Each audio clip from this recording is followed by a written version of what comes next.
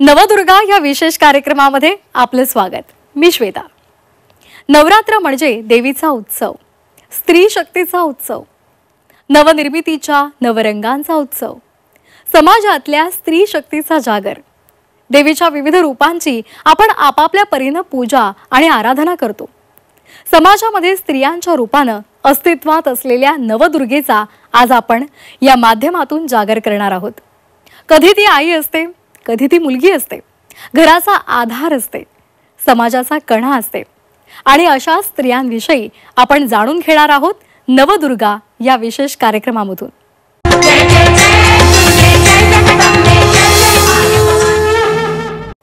आजचं आपलं पहिलं व्यक्तिमत्व आहे वसई विरारच्या पहिल्या महिला महापौर सामाजिक व्यक्तिमत्व प्रवीणा ठाकूर।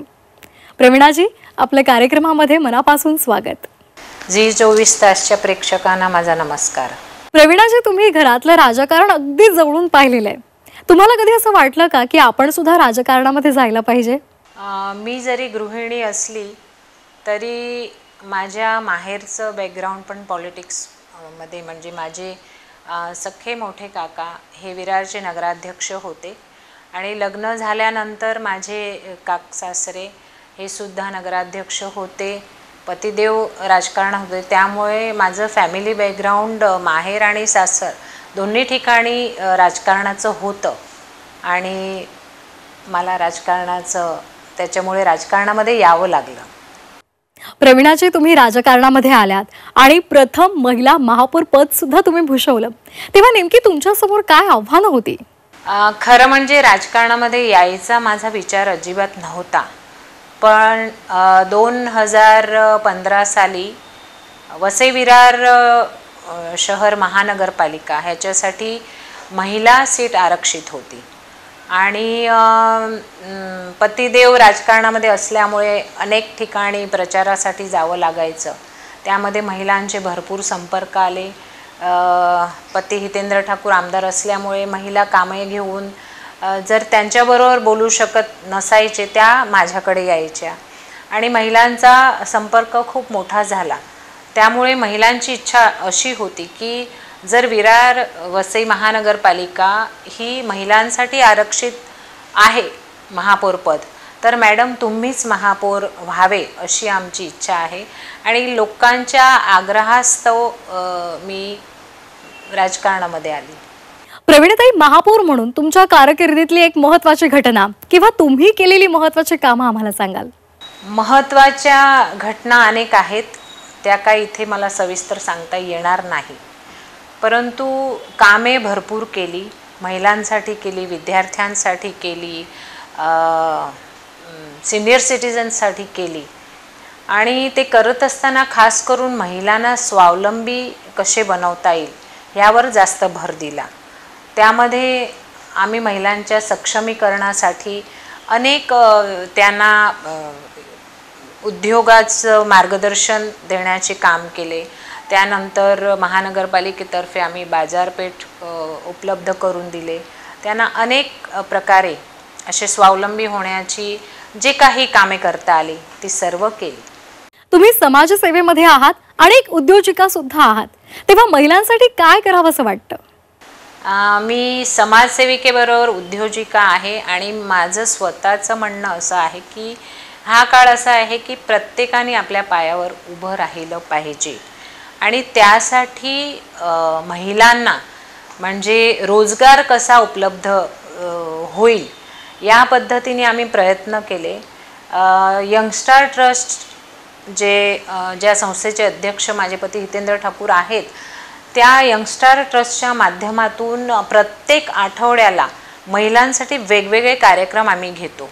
त्यामध्ये केक बनवणं, चॉकलेट्स बनवणं, दिवाळीचे फराळ बनवणं या पद्धतीचे त्यांना आम्ही मार्गदर्शन जे त्या संबंधीचे असतील त्यांना बोलावून त्यांना मार्गदर्शन करतो आणि त्या मार्गदर्शनामधून आम्हाला असं आढळून आलं की त्या महिला ज्या शिकून जातात त्यांनी दिवाळीमध्ये 3,500 6,000 असे किलो फराळ बनवले आणि विकले आहेत आणि हे सगळं काही बघून मला स्वतःला एवढा समाधान वाटते। त्याशिवाय आम्ही महानगरपालिकेमध्ये मी महापौर असताना जेवढे गार्डन्स तलाव हे सगळे आपण सुशोभीकरण केले, ते सांभाळायचे कामसुद्धा आपण महिलांना दिलेले आहेत. जे काही महिला बचत गट निर्माण झालेले आहेत त्यांना आपण स्वावलंबी करण्यासाठी त्यांच्या माध्यमातून एक तर शहराला सुशोभीकरण करण्याच्या मागे पण त्यांना ती जागरूकता यावी, त्याचबरोबर त्या उद्योग म्हणजे उद्याने तलावे हे सांभाळत असताना त्यांना दर महिन्याला काहीतरी आपल्या मेहनतीचं मिळते आणि जेणेकरून ते स्वावलंबी होतात, स्वतःच्या पायावर उभे राहतात. हे सगळं बघून माझ्या मनाला समाधान वाटते की महिलांसाठी तरी जास्तीत जास्त कामे करता आली. कामे भरपूर केली, पण एक महिला म्हणून आणि आता नवरात्री हा सण आहे त्यामध्ये महिला आमच्या इकडे सक्षम होतात ते बघून मला स्वतःला समाधान वाटते. प्रवीणताई, तुम्ही घर आणि सामाजिक जीवनाचा मेळ कसा घालता? खरं बघायला गेले तर घर आणि सामाजिक जीवनामध्ये कामं करत असताना मला कधी आव्हान असं वाटलं नाही, कारण माझं कुटुंब ठाकूर कुटुंब इतकं मोठं आहे. आम्ही सगळे एक दुसऱ्यांना जरी वेगवेगळे राहतो तरी एक जॉईंट फॅमिलीसारखं आहे. मी कामे करत असताना सगळ्यांचा सपोर्ट मला लाभतो. आम्ही एकत्रितपणे धार्मिक स्थळे पण करतो. माझ्या जावा आहेत, त्यांच्याबरोबर मी बाहेर फिरायला पण जाऊ शकते. मैत्रिणी आहेत. घरकामे हे जॉईंट फॅमिलीसारखं असल्यामुळे आम्ही एक दुसऱ्यांना वेगवेगळ्या कामामध्ये मदत करत असतो. आणि समाजकारणामध्ये माझ्या असंख्य मैत्रिणी अशा ह्या वसई विरार शहर महानगरपालिकेमध्ये झालेल्या आहेत. मैत्रिणी म्हणजे मला प्रेम करणारे आमच्या नगरसेविका आहेत, आमच्या कार्यकर्ता आहेत. त्या सगळ्यांच्या सहकार्याने मला समाजकारण पण चांगलं करता जमू शकते.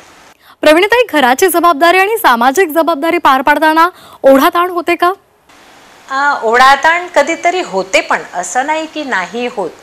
परंतु सगळ्यांचं सहकार्य लाभल्यामुळे हे काम सोपे होते. ताई, तुम्ही स्वतः गीतकार आणि गायिका सुद्धा आहात आणि सोबतच तुम्ही कृष्ण भक्त सुद्धा आहात, तेव्हा तुमचं एखादं गाणं आम्हाला ऐकायला आवडेल. मी ऐकवते, पण त्याच्या आधी माझं यूट्यूबवर हरिप्रिया द्वारका म्हणून चॅनल आहे. त्यामध्ये आजपर्यंत मी 12-13 श्रीकृष्णाची गाणी हिंदी, मराठी आणि गुजरातीमध्ये टाकलेली आहे. ती अवश्य ऐका.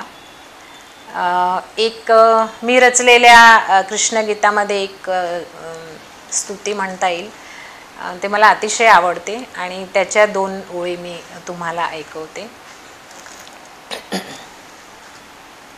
हे कृष्ण तुम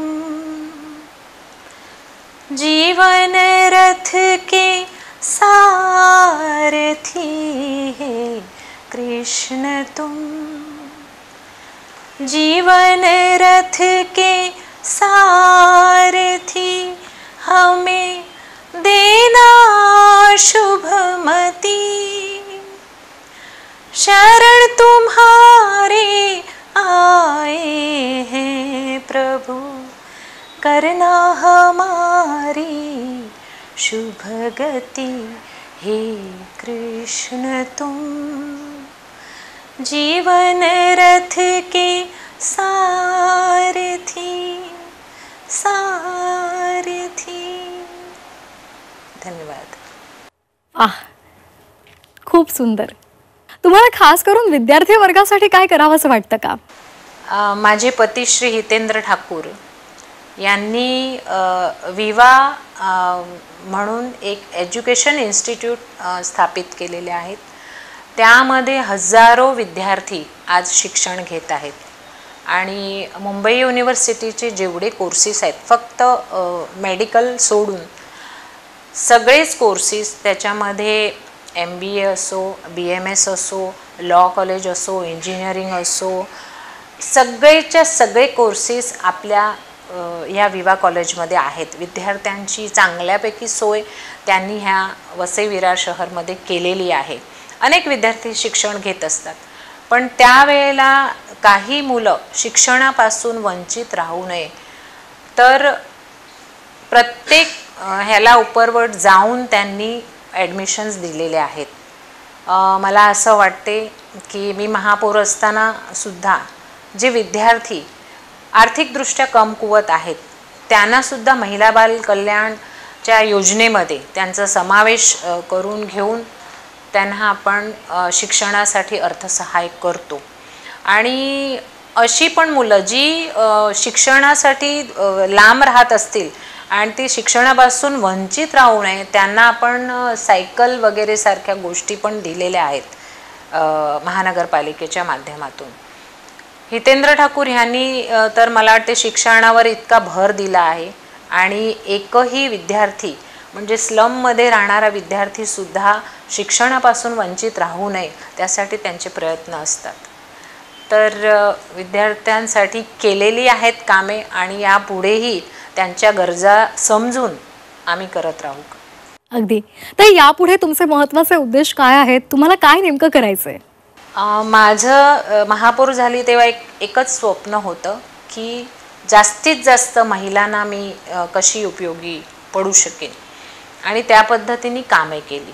त्याच्यामध्ये माता बाल संगोपन केंद्र जी आपण उभारली त्यामध्ये आज महिन्याला 10,000 डिलेवरी आमच्या भगिनींच्या होतात. आणि ते करत असताना म्हणजे त्यांच्या फॉलोअप जे डॉक्टर कंपनी किंवा हॉस्पिटल स्टाफ घेतो ते बघून मला समाधान वाटते की ती महिला गर्भवती राहते तेव्हापासून तर तिची डिलेवरी होते तोपर्यंत त्यांचा फॉलोअप घेऊन त्यांना कुठल्या पद्धतीचा आहार घेतला पाहिजे, कुठल्या पद्धतीची औषधं दिली पाहिजे. आणि एक दुसरं आत्मिक समाधान असं आहे की मी महापौर असताना महानगरपालिकेची सगळी आरोग्य केंद्र मोफत केली आहे.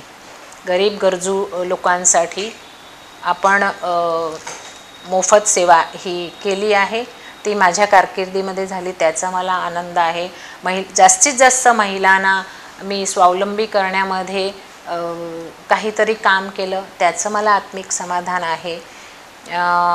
करायचं राहून गेल्या अशा गोष्टी बऱ्याच आहेत पण स्पेशली महिलांची कामे करत असताना कधीतरी काय असते की 100%पैकी आपण 90% कामे करू शकतो, 10% राहूनही जातात.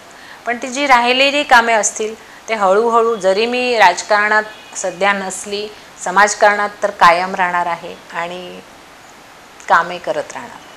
नक्की. ताई, नवरात्रोत्सव आहे, देवीला काय साकडं घालाल? मी देवी मातेकडे या नवरात्रीमध्ये एकच साकडी घालेन की जे काही अत्याचार